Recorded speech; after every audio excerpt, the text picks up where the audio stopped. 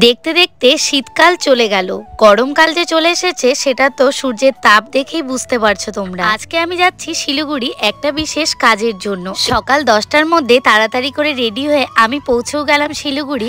আমার বান্ধবীও কিন্তু ময়নাগুড়ি থেকে টাইম মতো চলে এসেছে। তোমরা অনেকেই জানো আমি নার্সিং করি, তাই সেই কাজের উদ্দেশ্যেই আমাদের আজকের আসাটা। আমরা এখানে এসেছি সিভি জমা করতে, যদিও আমাদের এক্সাম এখনো কমপ্লিট হয়নি।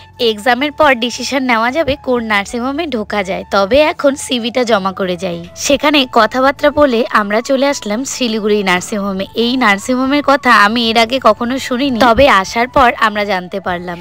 কোইন্সিডেন্টলি দুই বান্ধবীর ড্রেসের কালারও মিলে গেছে, আর সেটা নিয়ে আমরা বলাবলি করছি। আমাদের দুই বান্ধবীরই এই ফুলের গাছগুলো ভীষণ পছন্দের। আমার না প্রত্যেকটা গাছ দেখে মনে হচ্ছিল আমি বাড়ি নিয়ে চলে যাই। তারপর ভাবলাম এখন আর নিব না, সময় হলে প্রত্যেকটা গাছ নিয়ে নিজের শখের মতো করে সাজাবো।